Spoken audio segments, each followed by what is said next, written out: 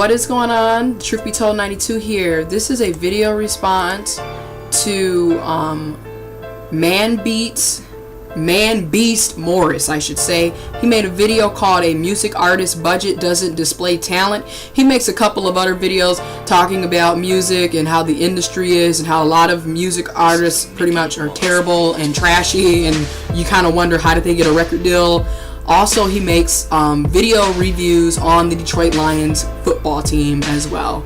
So if you would like to subscribe to his channel, there will be a link to his channel in the description box below. Check him out.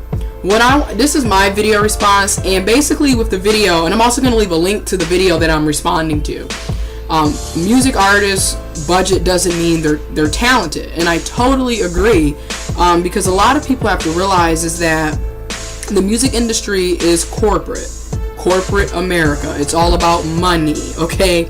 And a lot of times what they like to do is find what's hot or what they think is going to be hot and appealing.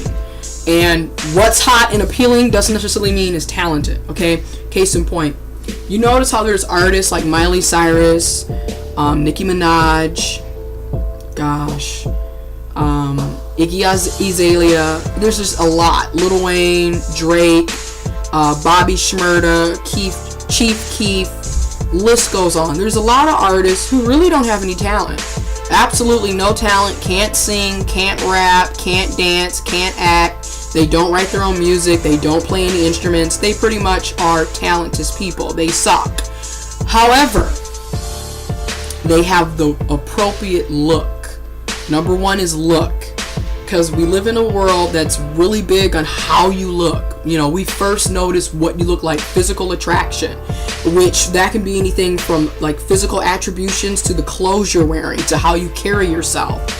So let's take Nicki Minaj for example. She has a big butt, big titties, huge white smile. Sometimes she's wearing weave and wigs, and sometimes she's wearing her own hair. She's made up like a Barbie doll. That's going to be appealing to most people, whether you're a man or a woman, whether you're gay or straight, whether you're young or old. It's appealing to most people. But even to most people, they look at targeting a certain group, and they know that young people who tend to be uneducated, I'm just keeping it real, lower income, they know who's going to be enjoying this. And then on the flip side, they love to reach to suburbia. They love to get white teenagers to also be appealed by Nicki Minaj and how she looks. Now she's got the look.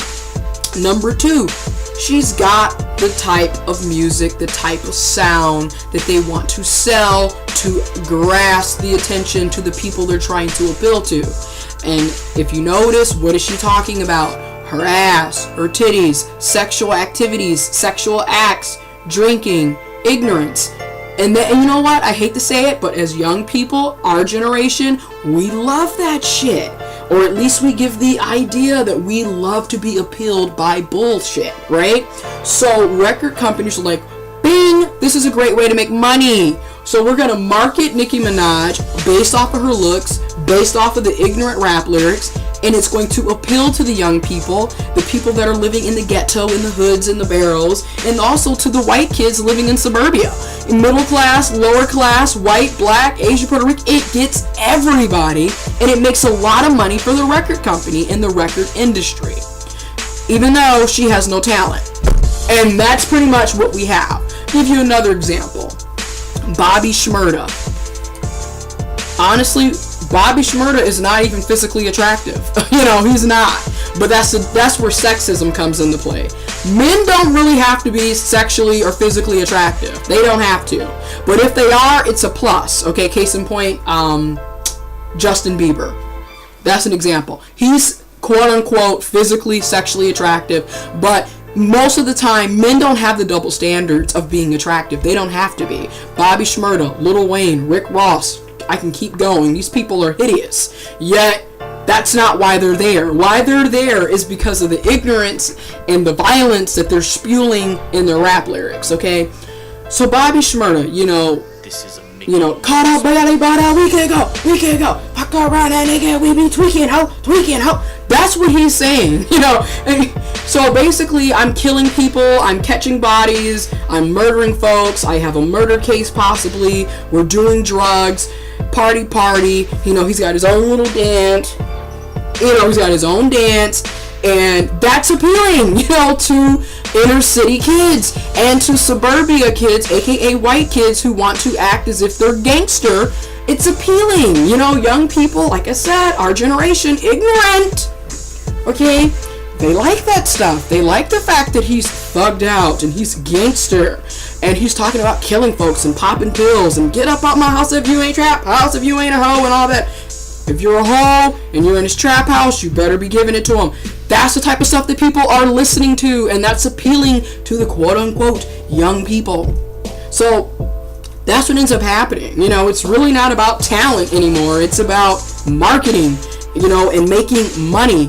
Now, to give a brief history lesson, back in the day, I'm talking about the late 70s, early 80s, most record companies didn't want anything to do with hip-hop because they thought hip-hop and rap was basically a fad and it would, you know, fade away and wouldn't exist. But as time went on, hip-hop and rap persevered, picked up a lot of audience, was making revenue, making money, and let's face it, corporate America, they want to get their hands on the money. They started seeing hip-hop and rap being very profitable, and they decided, let's put our hand in the cookie jar, which basically ruined hip-hop and rap in my personal opinion, because not only did they put their hand in the cookie jar, they stole the entire cookie jar.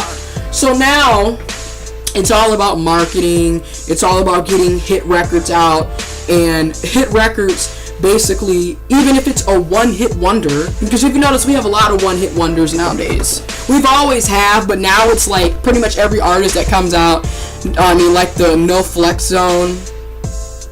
Do you really think people like Soulja Boy, the No Flex Zone artists, these people aren't even going to be here?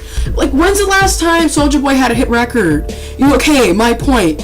So, you got a lot of these one-hit records, you know, and they started marketing and trying to grasp the attention of the young, the inner city, the lower income, the middle class, as well as white suburbia, white teenagers. And that's something that people don't understand. Who is the biggest consumer of hip-hop and rap? White teenagers. So, the marketing. And it goes to show you how there's a lot of capitalism in here, sexism, racism, because if you sit down and think about it, especially for blacks, you look at rap today, it's very negative. It paints black people in a negative light. It paints people of color in a very negative light, because you got Bobby Shmurda, you know, fuck these bitches, fuck these niggas, you tweaking hoe, run up on that bitch. You know, that's what we're saying. We're calling each other's niggas and bitches. You got Nicki Minaj talking about she's a bad bitch and she's a real bitch and she can shake her ass. And then you got, you know, Miley Cyrus, she's shaking her ass, tongue all out 24/7, Justin Bieber, and basically it's portraying a stereotypical image of black America and black people and people of color in general. And then for women, it's no better. We're always seen as sexual objects and that's it. So, like I said, it's marketing, it's making money, it's who they have a group of people that they're trying to appeal to and market to, and that's what they're going to do. And shout out to ManBeast Morris, because if you check his video out as well, please do, link in the description box, also link to his channel, subscribe to him. He's telling a lot of truth, it's a lot of honesty. Now, a lot of these artists who want to speak truth and honesty and actually have talent, they get left behind, okay? The record companies don't want them, okay? And if you notice, these artists, J. Cole, Janelle Monáe, Big Crit, oh man, there's so many. If you notice, they don't get a lot of airplay. Okay, they don't get a lot of airplay, they don't get a lot of music videos, they don't get a lot of tours, they don't get a lot of promotion, because the record companies are like, look, you're too positive, you're too honest for us. We're going to stick to the coonery and the buffoonery.